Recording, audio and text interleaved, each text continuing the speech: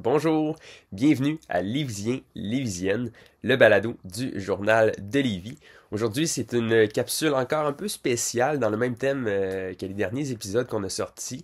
Donc, on est encore dans les élections municipales. En fait, avant les élections du 2 novembre dernier, j'ai rencontré le maire sortant de Lévis, Gilles Laulier, qui a terminé son 3e mandat à la mairie de Lévis, donc de 2013 à 2025. Donc, on a pu faire un grand bilan de sa carrière en politique municipale. On a notamment abordé ses débuts, donc ce qui l'a mené à la mairie de Lévis. On a parlé de ses bons coups, les choses dont il est très fier. On a aussi parlé des dossiers qu'il aurait aimé peut-être gérer différemment ou qu'il aurait aimé réaliser avant justement de partir de la mairie. Donc, sans plus attendre, je vous laisse découvrir tout ça, je vous laisse écouter ça. Puis, je prends encore une fois un moment pour remercier le groupe Garneau qui nous a réservé la salle de tournage, donc c'est très apprécié. Merci beaucoup, bonne écoute. Bonjour à tous, bienvenue à Lévisien, Lévisienne, le balado du Journal de Lévis. Aujourd'hui, notre invité, c'est le maire sortant de Lévis, qui est en poste depuis 2013, Gilles Laulier. Bonjour, Monsieur Laulier, ça va bien? Oui, bonjour. Donc, aujourd'hui, on va retracer un peu votre parcours en politique. On va parler de ce qui a un peu défini votre parcours en politique municipale notamment. Mais avant tout, comment est-ce que cet intérêt-là, cette passion pour la politique est née chez vous? Bien, cette passion-là, elle est née dans les années 80. Alors, moi, je m'installe dans le secteur de Lauson. J'ai habité, donc, à proximité du Collège de Lévis une partie de ma vie. J'ai fait, d'ailleurs, mon collégial au Collège de Lévis. Donc, pour moi, c'est un endroit mythique important qui m'a beaucoup influencé en raison de la qualité des enseignants qu'on y trouvait. Et donc, mais pour revenir au sujet, c'est que moi, donc, je me suis installé à Lauson en 1983 et j'ai observé une chose, d'abord, c'est que Lauson était une ville mono-industrielle qui reposait essentiellement sur la construction navale, quelques autres entreprises frito-lait, mais en même temps, je voyais là une force industrielle. Et alors que le milieu plus professionnel se retrouvait dans le secteur de Lévis, le Vieux-Lévis, etc., donc il y avait là un amalgame intéressant de deux milieux de vie qu'on pouvait éventuellement regrouper ensemble. Ça, moi, il y avait une toile de fond là-dessus. Et cette toile de fond-là reposait sur un autre élément fondamental qui était, on a un fleuve fantastique, mais le fait est qu'à cette époque-là, dans les années 80, les gens avaient davantage le dos tourné au fleuve. Et bon, ben là, on développait les grands centres d'achat, Galerie Chagnon, Galerie du Vieux-Fort à Lauson, etc. Et là, c'était une période où on se préoccupait peu de l'accès au fleuve. Alors moi, en 1986, quand je me suis présenté, des gens m'avaient amené sur la grève Joliette et m'avaient dit, ben il y a un potentiel extraordinaire le long du fleuve qu'on n'utilise plus. Alors, il faudrait peut-être ramener les gens vers le fleuve. Alors, c'est resté dans mon imagerie, surtout dans mes rêves, où je voyais effectivement l'aménagement de la bordure fluviale comme étant un élément central. Mais évidemment, je voyais que le rêve était très, très loin. Alors, ce qui est arrivé, c'est que je me suis donc présenté comme indépendant à l'époque, une première fois à Lauson comme conseiller municipal. Imaginez-vous, Lauson était une ville à ce moment-là, alors en 1986. Grâce à la couverture média des hebdos locaux, j'ai pu obtenir une certaine visibilité dans les médias locaux. Et ce qui a facilité mon travail, parce qu'à l'époque, j'avais 32 ans, donc j'étais un des plus jeunes citoyens à se présenter comme élu municipal dans le quartier de Lauson, qui s'appelait à l'époque le quartier Fafard, qui est devenu par la suite au regroupement de Lévis-Lauson-Saint-David, le quartier de Bienville. Alors donc, ce qui est arrivé, c'est que à ce moment-là, j'avais toujours en toile de fond la présence du fleuve, où je me disais, oui, il y a quelque chose à faire, il faut redonner le fleuve à la population. Comment on va y arriver? J'en savais rien. Est arrivé en 1986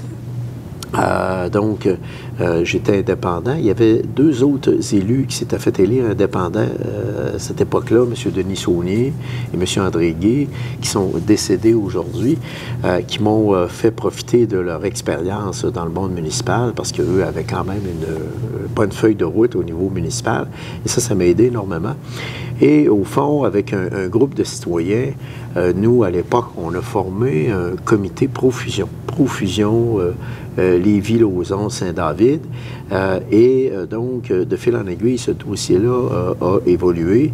Et il s'avérait également, à cette époque-là, que le maire de l'époque, M. Jean-Marc Lessard, qui lui avait une équipe de 3 élus, donc à Lauzon, il y avait 6 élus, 3 élus qui étaient issus d'un parti politique et les 3 indépendants dont je vous ai parlé. Alors là, finalement, tout le monde était assez d'accord pour dire, il faut enclencher ce processus de regroupement-là. Nous, on avait créé un comité pro-fusion. Et finalement, donc, on s'est mis rapidement d'accord, unanimement, à Lauzon, que ce regroupement-là allait être... ça allait donner une force de frappe, disons, à Lévis, donc à la Rive-Sud, pour aller chercher sa propre identité en regard de Québec, parce qu'évidemment, nous, c'était plus de petits milieux de vie. Alors donc, le regroupement en même temps, ça donnait bien, parce que du côté de Lévis, c'était un des grands rêves de Vincent Chagnon, de créer une grande ville à Lévis, ses objectifs, donc compte tenu du fait que les 2 maires étaient assez d'accord, compte tenu du fait également que à cette époque-là, il y avait unanimité des membres du conseil municipal. Il n'y avait pas unanimité du côté des membres du conseil municipal de Lévis, mais de fil en aiguille, au-delà de l'aspect purement comptable de la taxation, je pense que les élus de Lévis ont commencé à comprendre rapidement que le regroupement offrait aussi de nombreux avantages sur le plan du développement économique de notre ville. Alors donc, au fond, c'est un peu comme ça que s'est réalisé le regroupement de Lévis-Lauzon. Et moi, j'avais à ce moment-là un conseiller municipal à Lévis, donc Robert Gay, qui est son nom, et qui est par la suite devenu mon mentor. Et Robert Gay avait déjà été maire à Lauzon, ce qui facilitait le travail pour convaincre les membres du conseil municipal de Lévis, d'embarquer dans cette magnifique aventure, finalement, qui, somme toute, s'est réalisée. Alors, finalement, le regroupement s'est réalisé en 1989, donc on avait pas mal entente. Et il s'agissait de déterminer un maire pour la dernière portion du mandat, parce qu'il restait seulement qu'un an de mandat. Et le décret du ministère des Affaires municipales spécifiait que c'était les membres du conseil qui nommaient le maire pour la dernière année. Et parallèlement à ça, Saint-David s'est ajouté, où eux, ils étaient en campagne électorale. Et il faut dire qu'à l'époque, les élections municipales n'avaient pas lieu à la même date partout. Il y avait des dates différentes. Et à ce moment-là, il y a une équipe sous l'égide de Georges Barbery qui s'était présentée à Saint-David, mais avec un seul thème, le regroupement avec Lévis. Ce qui est assez paradoxal, c'est que, et un peu comique en même temps, c'est qu'à ce moment-là, M. Barbery avait dit aux gens de Saint-David, nous allons faire le regroupement à Lévis, et M. Barbery avait mis une condition, c'est qu'on puisse réaliser le prolongement d'Étienne Dallaire jusqu'à Charles-Rodrigue. Alors là, on est en 1990, et vous avez vu, c'est cette année, oui, en 2025, que finalement, on livre la marchandise. Alors moi, je me suis dit, avant de quitter la vie politique, je vais au moins pouvoir réaliser un rêve qui était cher à M. Georges Barbery, qui était l'ex-maire de Saint-David. J'explique ça pour vous montrer que le contexte a amené ce regroupement-là. Et finalement, à Lévis, on est passé au vote pour le regroupement des municipalités. Et il y a 2 élus de Lévis qui avaient voté contre, mais on avait la majorité. On avait 4 sur 6 à Lévis qui avaient voté pour le regroupement. Et là, le magnifique regroupement de Lévis-Lauzon-Saint-David s'est réalisé. Et ce regroupement-là a comme donné une force à Lévis, parce que d'un côté, tu avais évidemment toute la force industrielle de Lauzon, il y avait quand même un parc industriel intéressant, et il y avait tout le potentiel de la construction navale qui était latent à l'époque, et donc pour lequel Donc, j'ai travaillé d'ailleurs pendant une trentaine d'années. J'étais porte-parole du comité permanent Industrie Lévis et la Chambre de commerce était avec nous là-dedans, la Corporation de développement économique de Pointe-Lévis. À l'époque, ça s'appelait comme ça, la Corporation responsable du développement économique. Et le syndicat des travailleurs de Lévis, où on a maintenu le phare pendant ces 30 années-là pour un seul élément. On voulait s'assurer que le chantier, que le site ne ferme pas, parce qu'un site comme ça, qui représente 50% du potentiel de la construction navale, pour tout le Canada, alors si vous fermez ce site-là, parce que la conjoncture pour la construction navale était très défavorable à l'époque, alors donc, ce qu'on a fait, c'est qu'on a voulu garder le phare, des petits contrats de traversier de temps en temps, on faisait des pressions, les bulles de sonore pour la marine américaine, alors des petits éléments qui se réalisaient et qui évitaient la fermeture du chantier. Alors donc, pour moi, les deux éléments marquants, dès mon premier mandat, on m'a nommé sur le comité permanent Industrie Lévis en 1986, avant même le regroupement avec Lévis et Saint-David. Et en même temps, après le regroupement, 1990 marquait vraiment un changement majeur dans l'approche de la ville de Lévis, un changement qui vraiment amenait une démarcation très nette entre le passé et ce qui s'en venait pour l'avenir.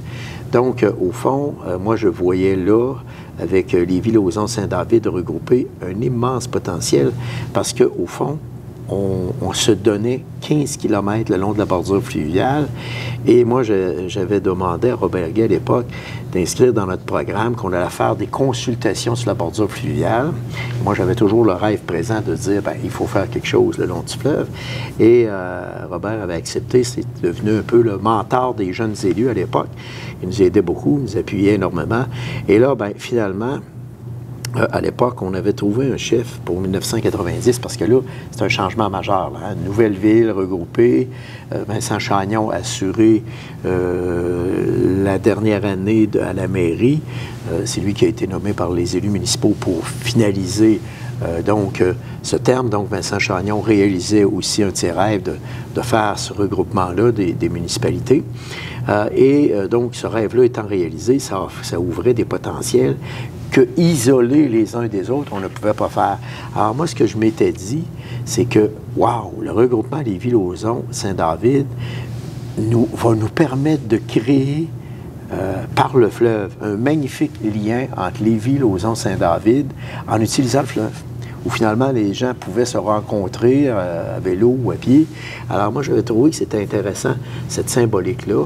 Et est arrivé en 1990, là, on s'est présenté avec notre équipe, on a été élus. Et M. Gay m'a nommé, à ce moment-là, à l'aménagement de la bordure fluviale. Et on a réalisé les premières consultations publiques. Il s'en faisait pas beaucoup de consultations publiques à l'époque sur la bordure fluviale. Et imaginez-vous, ça avait été un succès. On avait pris une petite annonce dans les hebdos à l'époque, il me semble. Et cette annonce-là disait, bien, si l'avenir du fleuve vous intéresse, la bordure fluviale vous intéresse, venez participer aux assemblées. Et là, on s'est rendu compte que dans chacune des assemblées, on avait fait une à Lauzon, on avait fait une à Lévis et une à Saint-David. On s'est aperçu qu'il y avait une foule considérable. On avait entre 200 et 250 participants à chaque soir de consultation. Donc, il y avait un engouement et les gens voulaient vraiment qu'on redonne le fleuve à la population. Et ça coïncidait avec la volonté du Canadien national, donc avec la décision plutôt du Canadien national d'abandonner la voie ferrée le long du fleuve. Alors, au fond, pendant 7-8 ans, il y a eu quand même une bataille de tranchées amenée au fond, la bataille était la suivante. Est-ce qu'on privatise la bordure fluviale? Donc, des gens voulaient qu'on stratifie la voie ferrée. J'imagine ça de la façon suivante. Vous avez votre propriété, 2 petites clôtures jusqu'au fleuve, terrain privé. C'est fini, il n'y a plus d'accès au fleuve. Et de l'autre côté, c'était l'intérêt collectif que moi je défendais à l'époque pour dire non, il faut vraiment garder l'ensemble de la bordure fluviale. Et à la suite des consultations publiques, j'avais recommandé, notre comité, on avait recommandé au conseil municipal de décréter zone de conservation, donc de protéger l'ensemble de cette bordure fluviale-là. Mais là, on avait un sacré problème. C'est qu'on n'était propriétaire de rien, ni aucun terrain, ni aucun. Et on n'avait pas tout à fait les moyens de nos ambitions. Donc, par la même occasion, j'ai été nommé en charge de la réforme du plan d'urbanisme de la ville et je me suis servi beaucoup de la loi sur l'aménagement et l'urbanisme pour dire, profitons donc de l'occasion pour remettre de l'ordre un peu dans la façon dont on fait notre développement.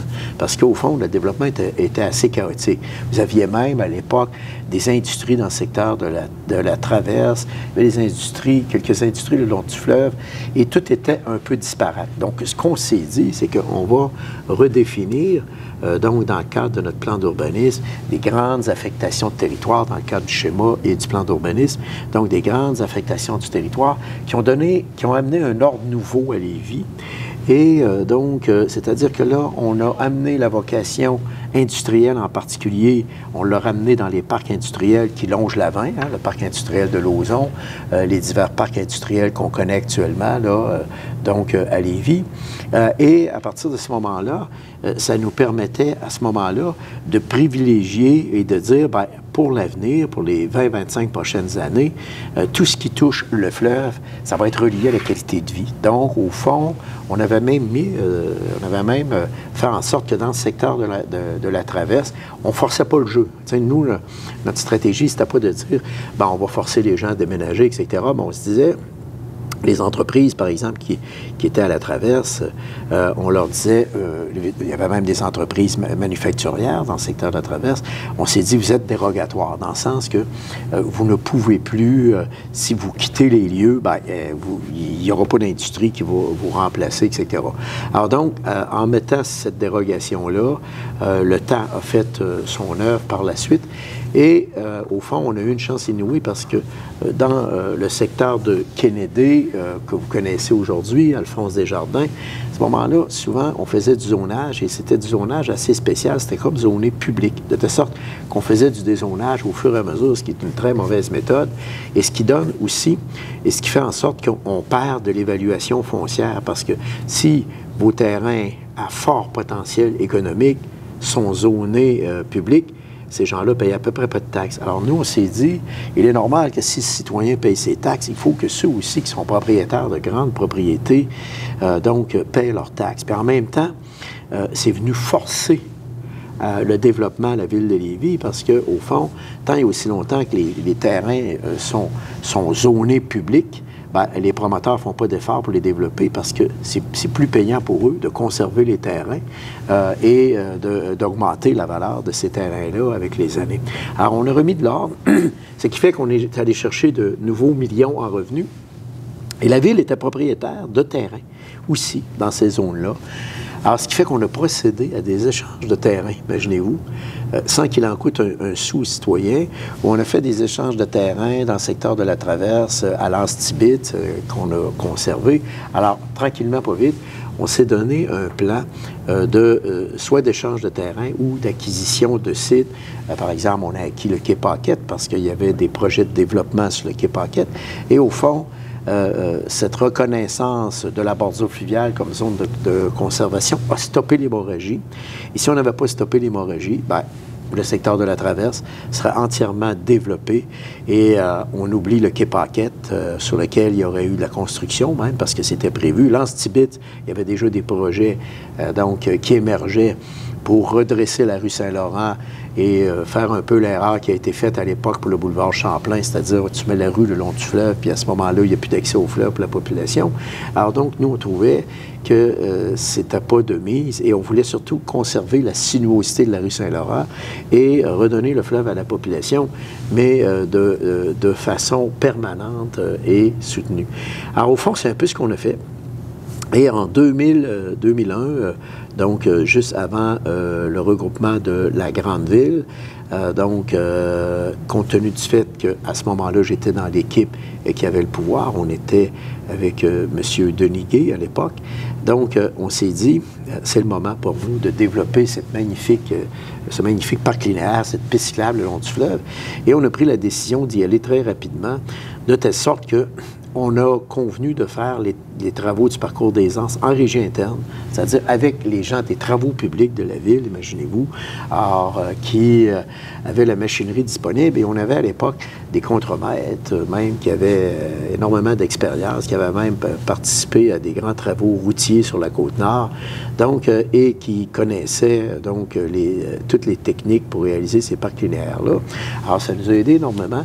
Alors, de telle sorte qu'en un an, seulement, même pas un an, on a réalisé tous les travaux de la piste cyclable à partir de Lauson jusqu'à l'Anse-Tibitz, ce qui rendait irréversible tout processus pour enlever le fleuve à la population. Et je vais vous dire que cette année-là, 2001, a marqué quelque chose de nouveau, comme une rupture avec le passé, où Lévis devenait autre chose que la Rive-Sud, finalement, progressivement. Lévis avait sa propre identité, avec son parc linéaire le long du fleuve, et tout le monde était très heureux de ça. Écoutez, c'est probablement la seule fois dans ma carrière où je croisais les gens sur le parcours des Anses après son inauguration. C'est incroyable, les gens qui affluaient, donc à pied, à bicyclette, trottinette, etc. Et donc, les gens me disaient, écoutez, M. Laulier, là, c'est un magnifique projet, on en est tellement fiers. Et les gens me disaient souvent, c'est la première fois où je suis vraiment, je paye des taxes, mais je me dis, là, j'en ai pour mon argent parce que voilà le magnifique parc linéaire qu'on s'est donné. Et c'était nouveau. Donc, de prévoir ce volet qualité de vie, parce que, comme avant, Lévis, on se considérait un peu comme la banlieue de Québec, bien, on n'avait pas cette volonté. On se disait, bien, écoutez, les spectacles, le théâtre, etc., on peut tout faire ça à Québec, alors qu'en réalité, là, on commençait à se donner notre identité qui nous était propre. Alors, ça, c'est un thème, par la suite, que j'ai continué à exploiter tout au long de ma carrière, puisque mon objectif, c'est à dire, on va utiliser le fleuve et les affluents comme étant les liens qui vont regrouper les ex-villes entre eux. C'est la raison pour laquelle, à la faveur du regroupement de 2001, là, je me suis dit, wow, on a encore une belle occasion, cette fois d'utiliser la rivière Etchemin et la rivière Chaudière pour créer des liens entre les quartiers et faire en sorte que les gens puissent y circuler un peu comme on a fait Lévis-Lauzon-Saint-David. Alors finalement, on a réalisé l'entièreté pas mal du parc de la rivière Etchemin avec un magnifique chalet de service, ski de fond l'hiver, donc en plein cœur de la ville, ce qui est vraiment exceptionnel. Et on est en train de déployer donc le même concept sur la rivière Chaudière. On a annoncé les travaux là, pour refaire toute la station d'accueil donc du parc des Chutes de la Chaudière. On a annoncé ça il y a quelques semaines. Et les travaux vont commencer avec une passerelle en porte-à-faux aérienne qui va donner des vues spectaculaires sur les chutes. Et là, l'idée, ce sera un peu comme le parc de la rivière Etchemin. Le rêve se poursuit, là. J'espère que ceux et celles qui vont nous remplacer vont poursuivre ce magnifique rêve. L'idée, ça serait de développer un parc linéaire qui longe la rivière Chaudière. Essayez de vous imaginer. On passe sous l'autoroute 20, donc les routes, parce que l'accès au parc des Chutes de la Chaudière, ce sont les routes qui sont la contrainte. Alors là, on pourrait faire une passerelle sous l'autoroute 20, qui fait que les gens pourraient avoir accès directement aux Chutes de la Chaudière à vélo, en partant de l'embouchure de la rivière et en recréant le fameux pont Garneau à l'embouchure de la rivière Chaudière. Alors donc, ça, c'est l'élément de fond dans le volet qualité de vie. Et par la suite, donc, en 2001, donc, on a fait ça. Et lorsque j'ai été élu par la suite député à l'Assemblée nationale du Québec, en 2008, je me souviens, Jean Charest avait débarqué à Lévis au centre des congrès pendant la campagne électorale et il me demande quel projet, Gilles, t'aimerais qu'on fasse à Lévis, là, un projet intéressant, etc. Ben, j'ai dit, moi, je pense que ça serait l'aménagement du secteur de la Traverse. Alors, j'ai dit, M. Charest, là, si vous pouviez annoncer ça, c'est que M. Charest était monté sur la scène et il avait dit, bon, ben, nous, dans le fond, on a Québec de l'autre côté, avec la capitale, et on a juste en face la capitale Lévis, avec un secteur de la Traverse, que nous, on s'engage à aménager de façon adéquate, en complémentarité avec la capitale, etc. Donc, c'est là que le rêve se poursuivait, dans le sens suivant, c'est que, avec Norm McMillan, qui était le ministre délégué au transport à l'époque. J'ai travaillé beaucoup pour amener la gare intermodale, la gare qu'on voit maintenant à la Traverse, qui, si vous remarquez, dans toutes les gares du ministère des Transports qu'on voit un peu partout, là, sur le territoire québécois, habituellement, ça ressemble plus à des cubes carrés incolores, inodores, tu sais. Mais à la Traverse, j'avais dit, non, mais il faut développer le concept d'une gare qui va se démarquer et qui va devenir une image pour l'entrée à Lévis au niveau de la capitale. Et c'est la raison pour laquelle cette gare-là a une facture différente des autres. Vous l'avez remarqué sûrement, mais avec même une petite scène théâtrale là, pour que les gens puissent participer à des spectacles. Et ça a été le premier volet. Et le deuxième volet sur lequel on s'était engagé, c'était l'aménagement du quai Paquette. Où là, effectivement, j'avais rencontré Laurent Lessard, qui était le ministre régional, et Laurent, au début, se disait, bon, une couple de millions, on devrait s'en sortir pour l'aménagement de la Traverse. Mais non, moi, je lui dis, Laurent, c'est pas 2 millions que ça va, que je vais avoir besoin. Là. On a fait des évaluations préliminaires. On veut créer les plus grosses fontaines d'eau au Canada. Et donc, on va en faire un lieu identitaire extraordinaire. Donc, c'est 20 millions que ça va coûter. Et à ce moment-là, il y avait le programme fédéral. Donc, on pouvait répartir les sommes tiers, ce qui était drôlement intéressant pour la ville de Lévis. Alors, finalement, on est allé de l'avant avec le projet, mais le plus drôle, c'est que j'ai travaillé pour faire reconnaître le projet par notre gouvernement. Et comme M. Charest avait pris l'engagement, bien, ça me donnait une chance. Et finalement, le gouvernement a dit oui au projet. Et curieusement, je l'ai initié au niveau du gouvernement.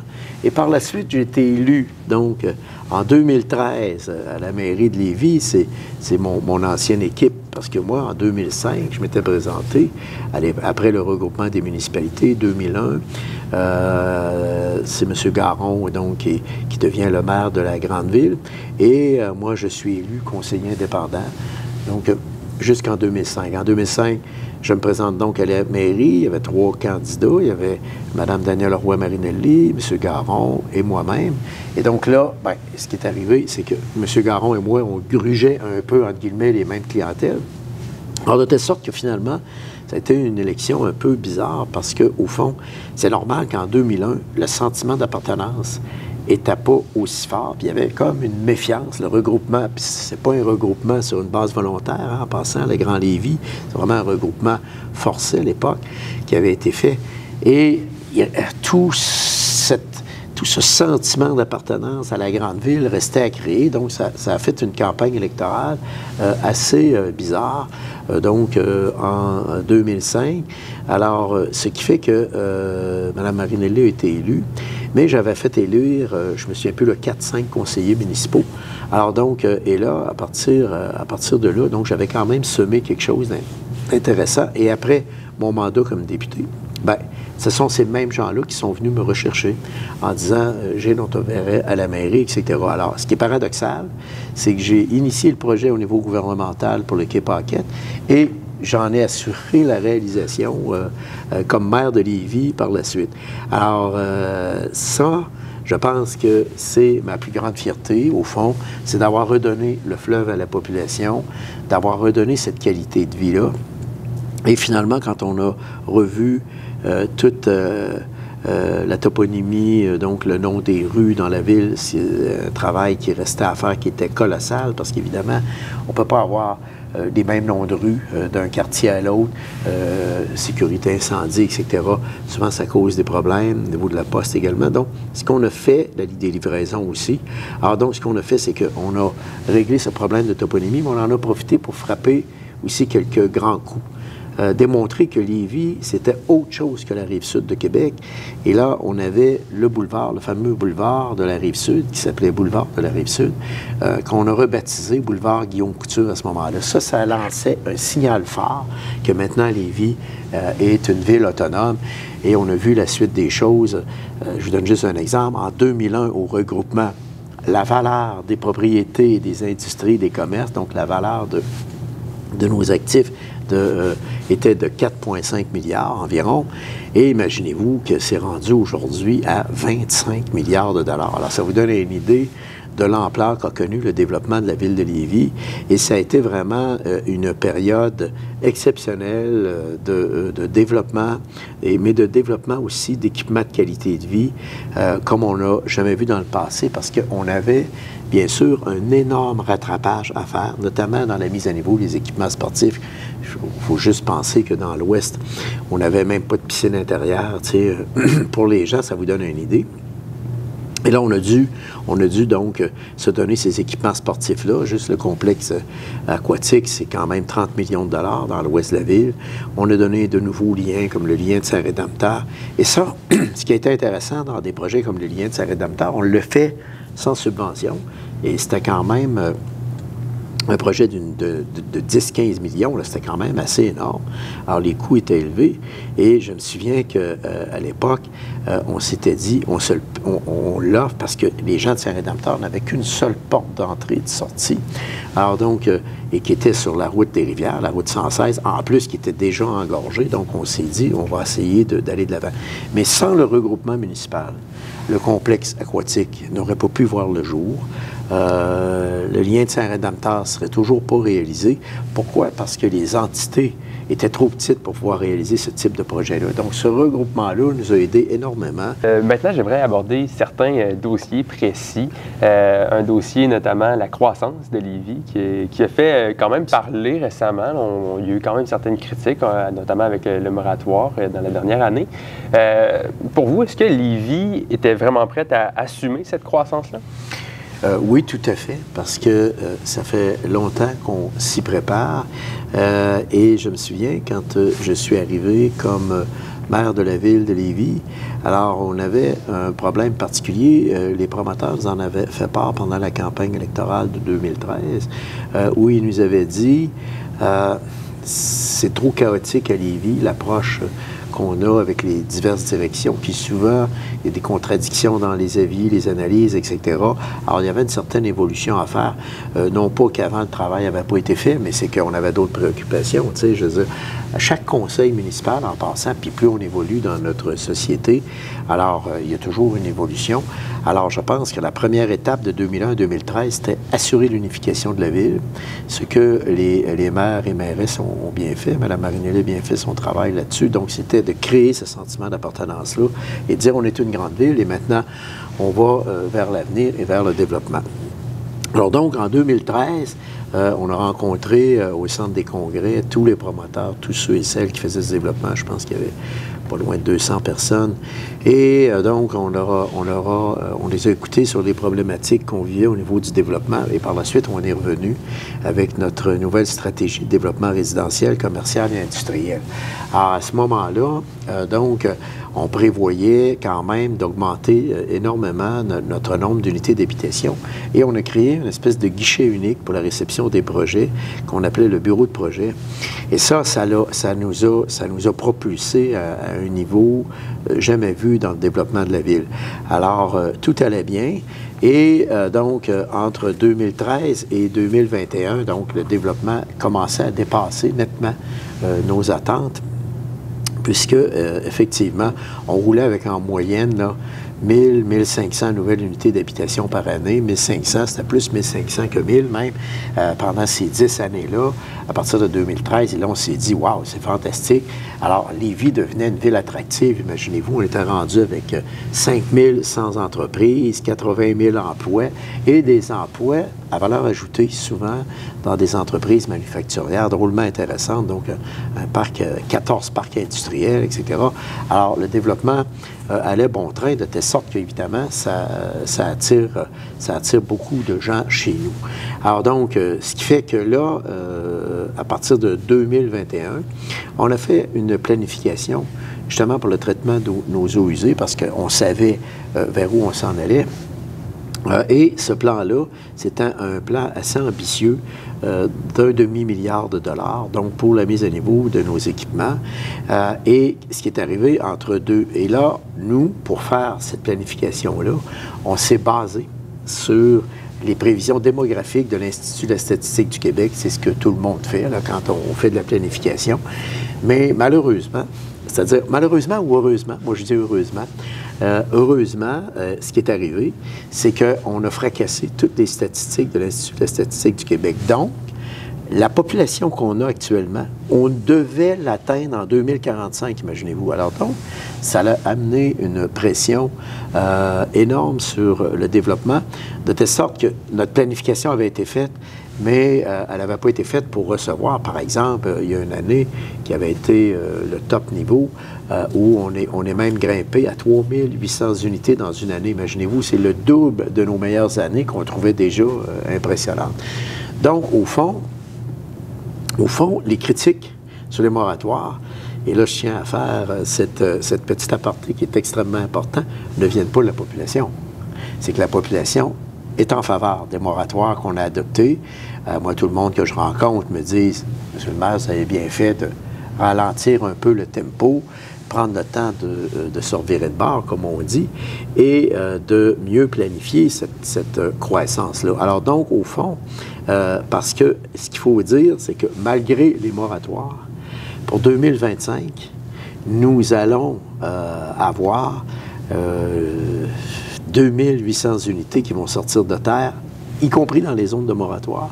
Et on a déjà des permis pour 2000 unités de donner en 2026 et 2000 unités en 2027. Donc, la cadence se maintient à un rythme très soutenu, plus que la moyenne des 10 dernières années. Donc, on va avoir plus d'unités par année que la moyenne des 10 dernières années. Mais là, il fallait ralentir le tempo pour nous permettre de réaliser notre plan d'un demi-milliard. Et quand on réalise des plans comme ça, d'un demi-milliard de dollars, ce qui est énorme, on ne peut pas arriver puis dire « Hey, on va devancer les travaux, puis là, on va se dépêcher, etc. » Ça ne fonctionne pas tout à fait comme ça. Et sinon, on aurait causé un goulot d'étranglement qui fait que, en même temps, je suis obligé, parce que moi, j'ai un programme quinquennal d'immobilisation qui est limité, et c'est comme si vous faites une planification, vous achetez une résidence, mettons, en mauvais état, et vous dites « je vais la rénover », bien souvent, vous allez le faire progressivement, en fonction de votre capacité de payer. Bien, c'est un petit peu ça aussi une ville. Alors, il fallait le faire en fonction de notre capacité de payer, et c'est la raison pour laquelle on a réduit temporairement le tempo pour, évidemment, compléter la mise à jour, la mise à niveau de ces infrastructures-là. Tout ça est en train de se réaliser de telle sorte que d'ici 2 ans, nous allons avoir un potentiel de 25 000 nouvelles unités d'habitation et nous allons être en mesure de répondre à tous les besoins industriels et commerciaux pour les prochaines années. Cela étant dit, il faut dire aussi qu'au niveau du développement de la ville de Lévis, ce qui est important de signaler, et ce qu'il faut que les gens sachent, c'est que cette densification-là, elle n'arrive pas par hasard non plus. C'est le même phénomène dans les 10 autres grandes villes. Vous avez vu récemment un projet en hauteur dans le quartier Saint-Roch qui a été contesté à Québec. Ça arrive dans la même période où le gouvernement a clairement indiqué dans ses grandes orientations le fait qu'on peut plus aller jouer dans le territoire agricole, alors de telle sorte que les grandes villes n'ont d'autre choix que de densifier et de faire du redéveloppement. Alors, à partir de ça, la période d'accalmie qu'on est en train de prendre, et j'ose espérer que ça va sortir davantage dans les prochaines années au niveau des conseils municipaux, du conseil municipal qui va assurer le relais. Alors, ce qu'il faut, là, c'est vraiment être conscient que la densification amène des coûts aussi à une ville et que cette densification-là ne peut être faite à n'importe quel prix. Alors, c'est la raison pour laquelle le temps d'arrêt qu'on prend est bénéfique, puisqu'il faudra voir qui paye quoi au niveau du développement. Parce que je peux bien arriver puis monter en hauteur sur Guillaume Couture, par exemple, mais il faut à ce moment-là que je réaménage l'artère, comme on est en train de le faire actuellement. Vous avez vu les travaux qu'on fait entre Alphonse Desjardins et Saint-Omer. On fait des travaux sur 3 km avec des voies réservées, des pistes cyclables, des trottoirs plus élargis, etc. Mais vous voyez que tout ça, juste faire 3 km, c'est 150 millions. Donc, il va falloir que Guillaume Couture, éventuellement, soit fait dans ce sens-là. Alors, à ce moment-là, qui paie cette facture? Qui paie pour la densification? Et c'est la raison pour laquelle on a commandé une étude auprès de Raymond Chabot vers la fin de mon mandat, pour identifier ces nouvelles sources de revenus, parce que moi, j'ai un principe qui est fondamental. Il n'appartient pas aux contribuables actuels de payer pour le développement qui s'en vient. Il faut qu'il y ait une juste part. Le contribuable est prêt à payer pour la pérennité, l'entretien de ce qui existe, mais au niveau du développement, il faut que ce soit davantage partagé si on veut maintenir une taxation autour de l'inflation. Donc, c'est une pause qui est bienvenue.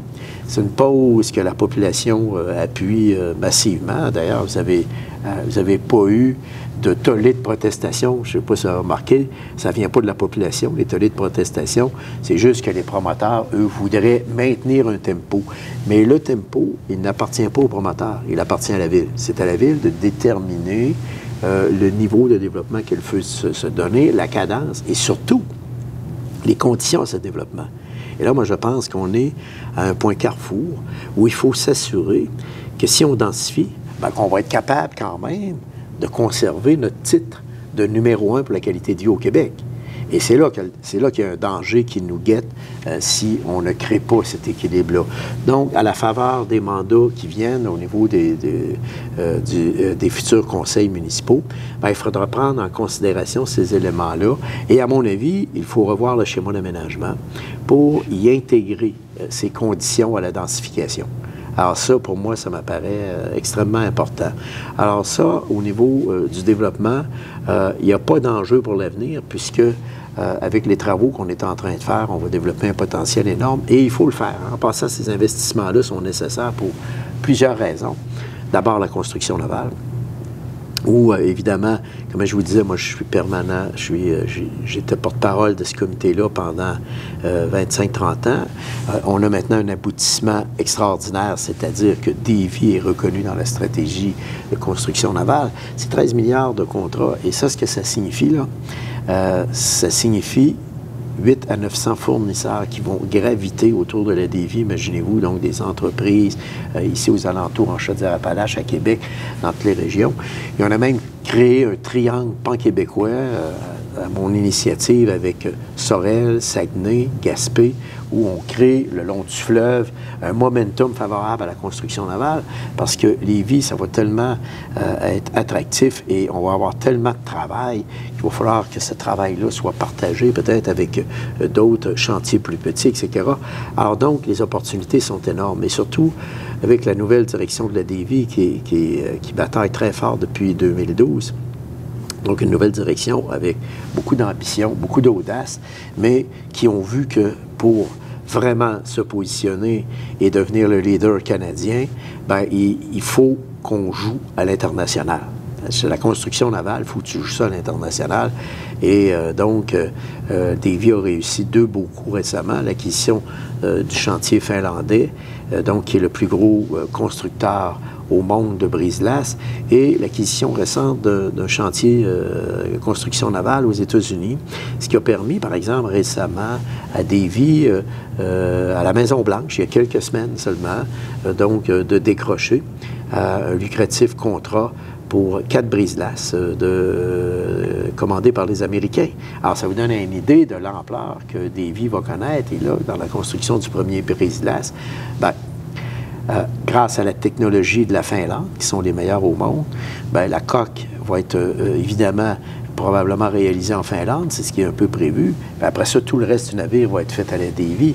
Mais juste pour vous démontrer que là, à ce moment-là, toute la technologie du chantier finlandais va pouvoir être utilisée par la Davie parce que, qu'on le veuille ou pas, il y a tellement eu de périodes creuses qu'au fil des années, l'expertise est un peu perdue.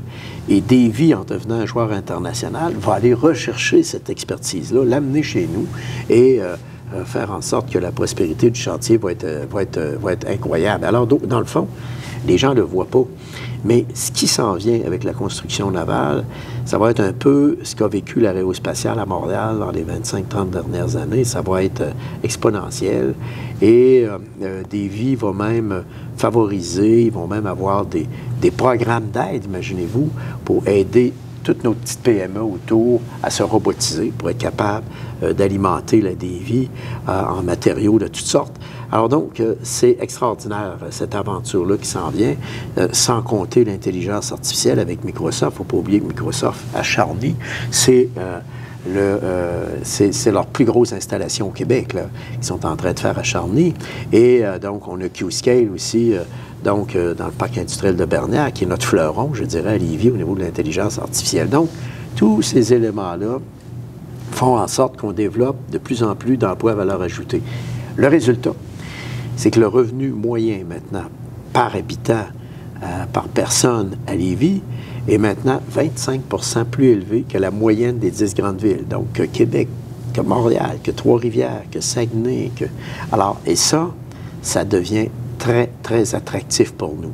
Alors, par exemple, dans la construction navale, on va avoir des salaires qui vont osciller autour de 90 95 000 $ par année. Alors, imaginez-vous, dans la construction navale, un ouvrier qui travaille à ce salaire-là, bien, c'est sûr qu'il va avoir des familles, des gens qui font de la soudure dans la Naudière, je sais pas, peu importe où au Québec.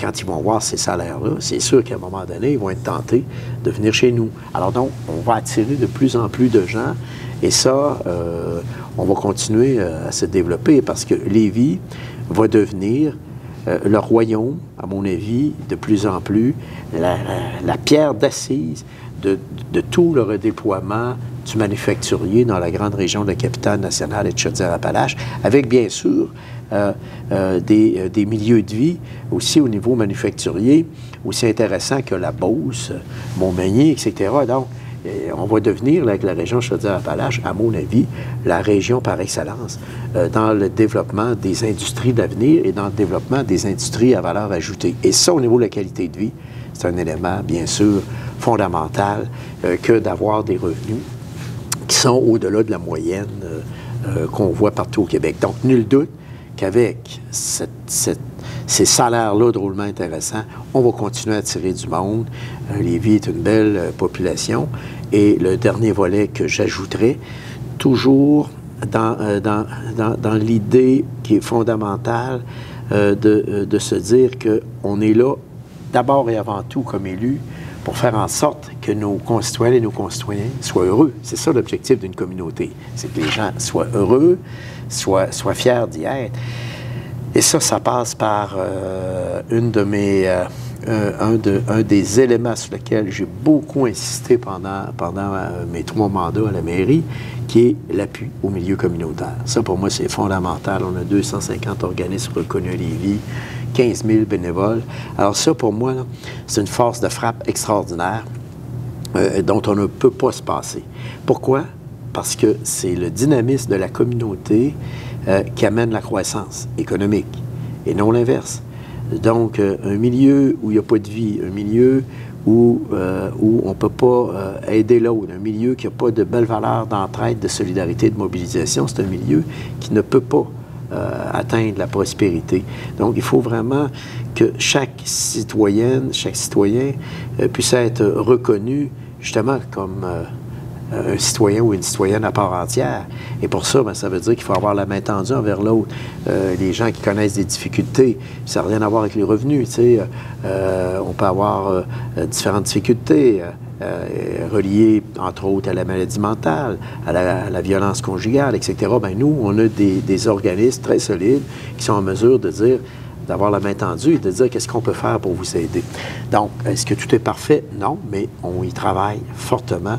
Et moi, j'ai toujours appuyé très fortement le milieu communautaire à Lévis parce que je suis un de ceux qui est convaincu que si on ne maintient pas ce dynamisme-là, notre ville va commencer tranquillement, pas vite, à connaître une dévitalisation, parce que la vitalisation d'un milieu de vie, c'est essentiel. C'est le dénominateur commun, c'est la base, c'est l'essence même d'une communauté. Et à Lévis, moi, mon travail, ce que j'ai trouvé fantastique dans ce que j'ai fait, c'est que notre travail ne vise qu'à accompagner les gens du milieu, les Lévisiennes et les Lévisiens, dans ce que elles et eux veulent devenir, veulent aller, vers où ils veulent aller. Et à ce moment-là, il faut être constamment à l'écoute et il faut rester au niveau des gens aussi. Alors, à ce moment-là, faire très attention aux réseaux sociaux. Oui, les réseaux sociaux peuvent donner certaines indications. C'est intéressant, c'est une richesse de pouvoir obtenir les commentaires des gens, etc. Mais en même temps, il ne faut pas s'éloigner de notre mission première qui doit être collective. Ça veut dire de faire des choix en faveur de la collectivité et de maintenir une feuille de route, une vision et des orientations qui sont très claires. Ce que la population demande, c'est, au fond, je reviens à mon sentiment premier, la population, ce qu'ils veulent savoir, surtout dans le cadre des campagnes électorales, où c'est qu'on s'en va? Où vous voulez nous amener? Vous voulez nous amener où, M. Joly? Moi, c'était ça que j'essayais de me dire pendant les campagnes électorales. Je me disais, on va essayer de bien répondre à cette question-là. Alors, voici, mes chers concitoyens, le plan de match qu'on vous propose pour les 4 prochaines années, et ça avait l'avantage d'être très clair. Donc, il faut conserver cette clarté-là et éviter les engagements plus, je dirais, plus accessoires, donc qui ne mènent nulle part. Les gens, ils veulent avoir votre vision, ils veulent avoir votre orientation, et ils veulent surtout être mis en confiance. La confiance est l'ingrédient numéro 1. Mais pour gagner la confiance des gens, il faut que tu aies une vision de ta ville, puis il faut que l'intérêt collectif prime surtout. Et mon dernier point, qui est fondamental, qui est encore plus important, je dirais, c'est pendant, moi, mes 3 mandats à la mairie, alors il y a un élément qui est fondamental qu'il faut conserver, c'est l'intégrité. L'intégrité amène la liberté. L'intégrité fait en sorte que moi, mes actionnaires, c'est les 159 000 personnes qui constituent la ville de Lévis. Alors, ce n'est pas telle personne, tel individu, tel promoteur, tel développeur. Alors, et moi, je travaille dans l'intérêt de ces gens-là. Et l'intégrité fait en sorte que tu conserves ta liberté, liberté d'expression, liberté de dire à des gens, non, ça, c'est pas dans notre vision. Ça, oui, c'est dans notre vision. Alors, ça, c'est extrêmement important pour la suite des choses. Super. Puis, un autre dossier que je voudrais aborder, c'est la mobilité. Évidemment, vous avez fait plusieurs projets pour le transport en commun, pour développer le transport en commun à Lévis. Je pense notamment aux voies réservées. La ST Lévis a connu une expansion constante. Comment est-ce que vous décririez rapidement là, cette expansion-là, justement, du transport en commun à Lévis au cours de vos mandats? Ah, c'est sûr que nous, on a augmenté énormément au niveau du transport en commun. Non seulement on a rattrapé les statistiques d'après la COVID, mais on connaît des augmentations d'achalandage de 20 %, donc ce qui est quand même incroyable. Mais ce qu'on a fait, c'est que progressivement, on est en train de repositionner notre transport collectif. Si j'essayais de résumer, parce qu'au fond, on est dans une entrevue où ça ne donne rien de nous empêtrer dans les chiffres, parce que les gens ne retiendront pas ces chiffres-là. Mais ce qu'il faut retenir, c'est qu'on a essayé de redéployer le transport en commun pour d'abord améliorer les services en commun sur notre propre territoire. Et c'est la raison pour laquelle on avait des circuits avant où on allait jusqu'à l'Assemblée nationale qu'on a abandonné parce qu'au fond, on se retrouvait en déficit donc d'utilisation, c'est-à-dire que souvent nos autobus revenaient vides, etc. Et en plus, c'était déjà des services offerts donc à Québec. Alors, on offrait en parallèle les mêmes services. Donc, ça nous a permis de redéployer des heures sur le territoire de Lévis. Et là, on a amélioré considérablement le transport en commun. Et les voies réservées qu'on fait actuellement, c'est quand même les plus gros investissements jamais vus dans le transport collectif, qui est 150 millions de dollars. Et ma plus grande réussite, celle dont je suis très fier, c'est d'avoir réussi, après tant d'années de bataille, à avoir récupéré les 15 $ de notre fonds d'immatriculation, ce qui, ça, va nous aider à développer le transport collectif. Mais là, au niveau de la mobilité, on est rendu à un point carrefour. Moi, je pense qu'on doit poursuivre dans les voies réservées tel qu'on le fait actuellement. C'est beaucoup moins dispendieux qu'un SRB et ça nous permet d'avoir exactement les mêmes résultats. On va aller chercher, avec la péremption des feux de circulation, on va aller chercher quand même donc cette fluidité dont on a besoin, de la rapidité, de la convivialité, et on va gagner du temps. Et ce qu'il faut, c'est continuer à redéployer notre transport en commun pour mieux desservir les quartiers, etc. Alors ça, c'est fondamental. Et l'autre, beaucoup, je pense qu'on a réussi à réaliser avec Bruno Marchand en particulier, on y a travaillé ensemble, c'est toute cette intégration tarifaire, cette tarification là, des titres à un moment donné qui fait que maintenant, vous allez à Québec, vous allez à Lévis, vous pouvez utiliser tous les modes de transport pour le même prix, au fond. Alors ça a connu une hausse de 30 30, 40 On a défoncé toutes les statistiques à un point tel où récemment, la communauté métropolitaine, on a remis un peu de budget parce que au fond, ça connaît un succès incroyable. Donc ça, c'est pour la mobilité, pour le transport en commun. Mais il restera toujours le chaînon manquant qui est le lien autoroutier, sur lequel il faudra continuer à travailler parce que, au fond, il faut essayer de s'imaginer qu'avec la croissance que va connaître la capitale nationale, la région Chaudière-Appalaches, Lévis, Québec et nos pôles, et on va devenir, je vous le dis, là, au Québec, surtout dans le secteur de Lévis, la capitale du manufacturier au Québec, bien, il faut vraiment qu'on ait des mesures qui vont nous permettre d'assurer une mobilité entre les deux rives. Or, c'est inimaginable qu'on puisse demeurer longtemps avec une seule traversée entre les deux rives, donc concentrée au même endroit, sans qu'on puisse avoir au moins un périphérique. Et moi, je pense que c'est un peu la déception des dernières années en regard de ce magnifique projet, pour lequel, d'ailleurs, le gouvernement a eu un appui massif. Vous avez vu le nombre de députés de la CAQ dans Chaudière-Appalaches et dans la capitale à 2 reprises. Donc, appui massif au projet. Et malheureusement, ce projet ne s'est pas réalisé. Pourquoi? Parce que, je reviens à mon sentiment premier, lorsque vous êtes élu et que vous vous êtes donné une vision, il ne faut pas se laisser influencer. Et il faut dire, nous, on a été élus pour ça 2 fois plutôt qu'une, et c'est ça qu'on doit réaliser. Alors donc, à partir de ce moment-là, je pense que c'est probablement un des plus grands rendez-vous manqués. Si je tire une conclusion de ces 3 mandats à la mairie, c'est un des grands rendez-vous ratés par le gouvernement du Québec. Et malheureusement, je ne suis pas du genre à critiquer habituellement les choses-là, mais moi, à ce niveau-là, je crois que ce n'est que partie remise, par contre, parce que tôt ou tard, on va devoir se rendre à l'évidence. Vous allez voir, avec le développement manufacturier qu'on va connaître, avec les gens qui vont venir s'installer chez nous, alors ça va devenir un incontournable. J'en suis convaincu. Donc, on va amorcer des petites questions à rafale pour conclure tout ça. Donc là, vous nous avez parlé des projets qui vous ont tenu à cœur au cours des 12 dernières années, des projets dont vous êtes fiers. Est-ce qu'il y a des projets maintenant que vous êtes déçus de ne pas avoir réalisés ou que vous auriez géré différemment?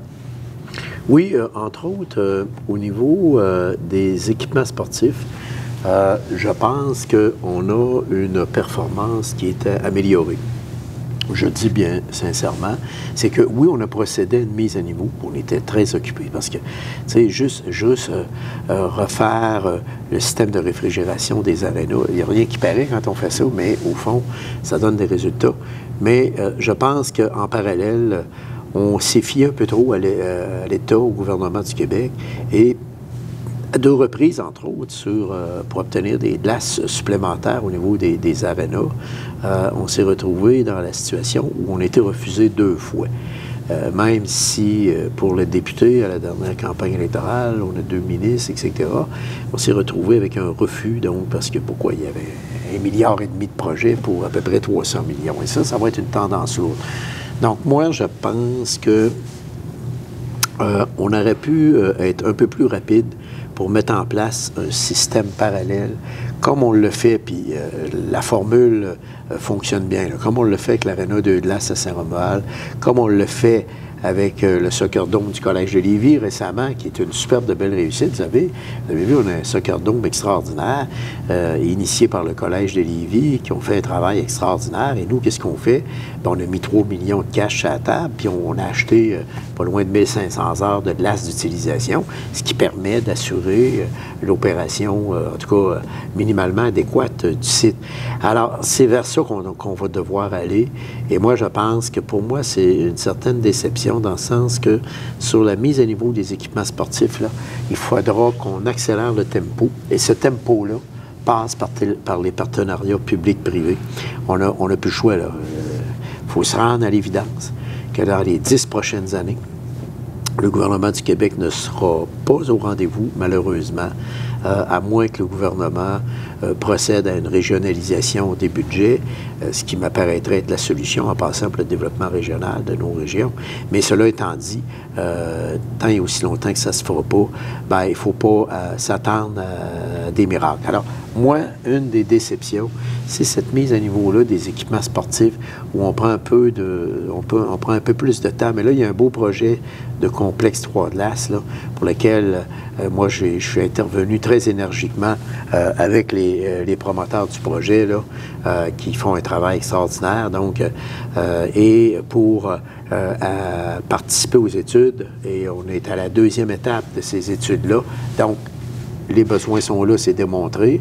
Maintenant, là, on va passer à l'étape de faisabilité d'un tel type de projet. Et moi, je pense que le prochain conseil municipal devra aller de l'avant avec ces projets-là, parce que si on veut demeurer numéro 1 pour la qualité de vie, on ne peut pas augmenter la population. Écoutez, là, dans les dernières années, 2500 nouveaux citoyens chaque année, ça commence à faire du monde, là. Alors donc, il y a quelques années, dans le fond, on a, dans nos arénas, on a 3 glaces dans l'ouest, 3 glaces dans le centre, et on se disait ça prendrait 3 glaces dans l'est. Mais là, on s'est rendu compte que c'est plus 9 glaces que ça nous prend. Ça va nous en prendre, plus encore. Ça va nous prendre, au lieu d'une glace supplémentaire, comme on voulait faire en ajoutant une glace à l'aréna de Lévis, malheureusement, le projet a été rejeté par le gouvernement. Alors donc, c'est plus une glace que ça nous prend maintenant, c'est 2. Donc, toute l'idée d'arriver avec ce complexe sportif où on a une opportunité exceptionnelle, et je suis convaincu que le milieu privé, au moment opportun, va pouvoir y participer. Alors, et on doit saisir cette occasion-là d'aller de l'avant.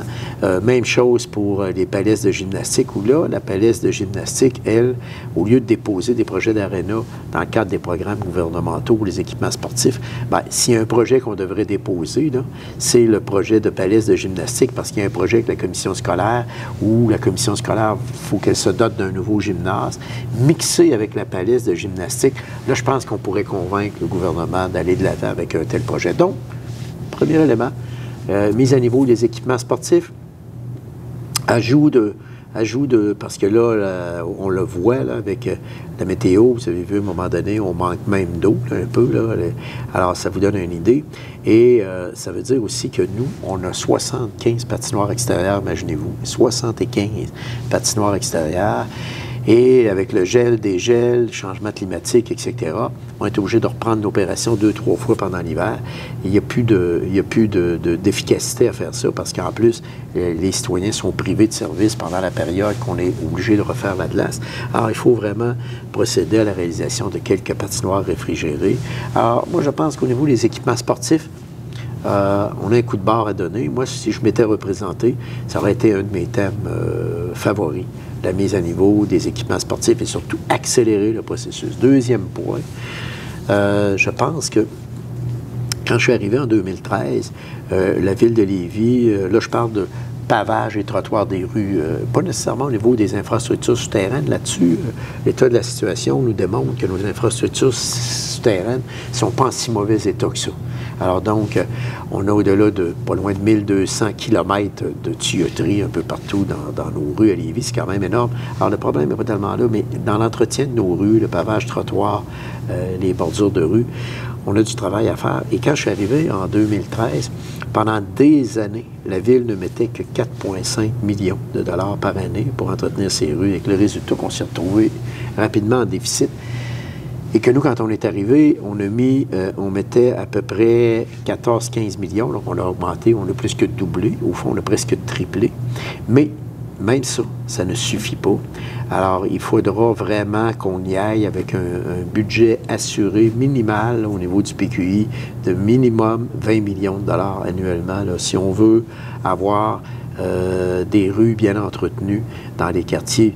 Et ça, à mon avis, je pense que, parce que notre nouveau plan directeur a été mis à jour, on s'est aperçu que c'est plus 14 millions qu'il faut mettre, mais c'est plus 20, voire même 25 millions, imaginez-vous. Mais mettons qu'on irait avec 20, là, parce qu'on veut tenir compte de la capacité de payer. Bien ça, c'est une autre affaire. L'entretien de nos rues, pavage, trottoirs, etc. Alors, j'espère que le prochain conseil municipal va mettre beaucoup d'emphase là-dessus. Il y a moyen de le faire, parce que j'en ai parlé tantôt. Il faut aussi que la Ville diversifie ses sources de revenus, que ce ne soit pas le contribuable qui paye pour tout. Le contribuable est prêt à payer pour l'entretien. Or, le pavage trottoir fait partie de l'entretien, de la pérennité de ce qui existe déjà. Ça, c'est aux citoyens à payer. Alors, ce qu'il faut faire pour assurer cette pérennité-là, c'est qu'il faut que ceux et celles qui font du développement payent une plus grande part pour justement libérer des fonds pour réaliser cet objectif-là. Et c'est réalisable. Alors donc, il faudra faire preuve d'ingéniosité. Mais on est capable de faire preuve d'ingéniosité dans la mesure où chacun paye son dû, comme on dit. Et c'est pas juste au contribuable à payer son dû. Là. Il y en a qui doivent passer à la caisse aussi pour repermettre aux citoyens de se concentrer sur l'entretien de ce qui existe. C'est ça là, que le citoyen est prêt à faire. Et malheureusement, dans le pavage trottoir, là, on aurait peut-être dû avoir une cadence un peu plus élevée. Puis, c'est quoi l'héritage que vous laissez à Lévis?